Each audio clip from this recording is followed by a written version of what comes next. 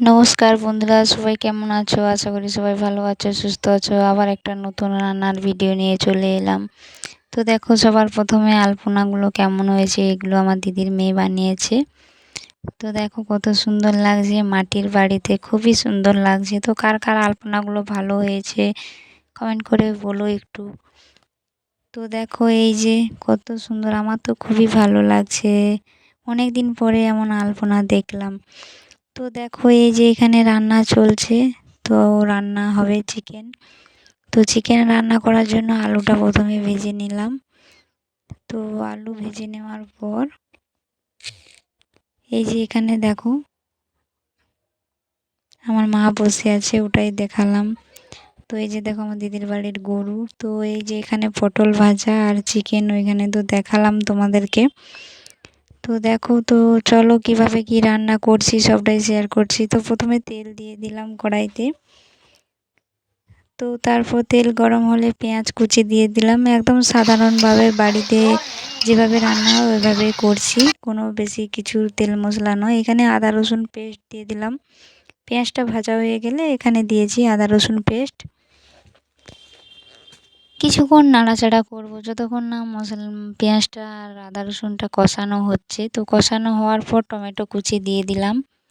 তো টমেটো কুচিটা দেওয়ার পরেও নাড়াচাড়া করব, টমেটোটা হালকা একটু গলে নেব। তো দেখো এই যে এখানে নাড়াচাড়া করছি। তো রান্নাগুলো কেমন হয় কমেন্টে জানিও, ভালো লাগলে একটা লাইক করো, সাবস্ক্রাইব করো। হলুদ গুঁড়ো দিয়ে দিলাম। তো হলুদ গুঁড়ো দেওয়ার পর একটু নাড়াচাড়া করব। খানিকক্ষণ নাড়ার পরে তারপর একটু পর আমি দিয়ে দিলাম লঙ্কা গুঁড়ো, লঙ্কার গুঁড়োটা দিয়ে দিলাম। আপনারা ঝাল অনুযায়ী দেবেন, আমার যতটা পরিমাণ ঝাল খাই আমরা সেভাবে দিলাম। এবার তোমরা যেভাবে ঝাল খাও সেভাবেই দেবে। তো এই যে দেখো লঙ্কাটাকে ভালো করে কষানো হচ্ছে। সব মশলা দেওয়ার পর কষানোর পর তেল ছাড়িয়ে যাওয়ার পর জল দিলাম। তো জল দিয়ে অনেকক্ষণ মশলাটা নাড়ার পর এবার চিকেনগুলো দিয়ে দিলাম। আর চিকেনগুলো দেখো একদম জবা ফুলের মতো লাল টকটক করছে। আর এটা হচ্ছে দেশি মুরগি, যার জন্য এমন কালার হয়েছে মাংসটায়। তো চিকেনটা দেওয়ার পর নাড়াচাড়া করলাম, নাড়াচাড়া করে এভাবে কষিয়ে নেব। আর যত মশলা দিয়ে চিকেন কষাবে ততই সুন্দর লাগবে, খেতে ভালো লাগবে। তো আমরা তো এইভাবেই রান্না করি, তোমরা কে কীভাবে রান্না করো জানিও। আর আমার রান্নাগুলো কেমন লাগলো অবশ্যই বলো। তো এইভাবে ছোটোখাটো ভিডিওর মাধ্যমে আমি কিছুটা ভিডিও শেয়ার করব। যদি ভালো লাগে আমাকে একটু সাপোর্ট করো, উৎসাহিত করো সাপোর্ট করে। তাহলে আমি আরও নিত্য নতুন ভিডিও তোমাদের কাছে নিয়ে আসতে পারবো। তো দেখো ভালো করে কষানো হয়ে গেছে। আর ওইদিকে দেখো ভাত হচ্ছে। আর মাটির উনুনে রান্না করলে তো সেই টেস্ট। তো দেখো এই যে এখন কষানো চলছে, খুব ভালো করে কষাতে হবে।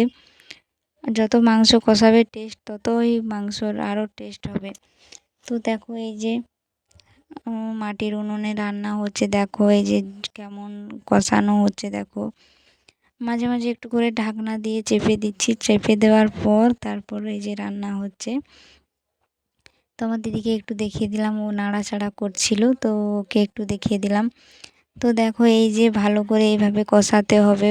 আর কষানো হয়ে গেলে তারপরে তো দেখো দেখতে থাকো, এখন কষানো হচ্ছে।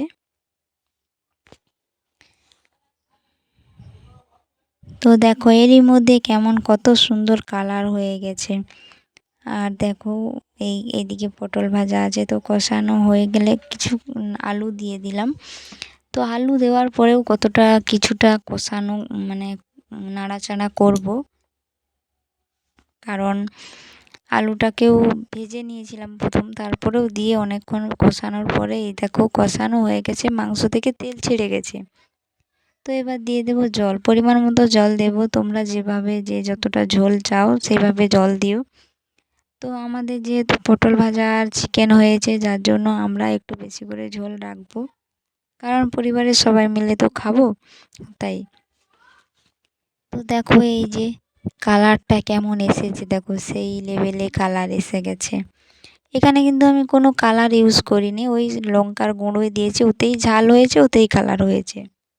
আমি আদার্স অন্য কোনো লঙ্কার গুঁড়ো অ্যাড করিনি। তো তো দেখো তাতেই কেমন কালার হয়েছে। এই দেখো আমি এখানে ভাগ করতে বসে গেছি, সবাইকে দিয়ে দিয়েছি, লাস্টে আমরাই কজন খাবো। তো দেখো এই যে এখানে কে কি খাবে বেছে রাখছি, তো সবাই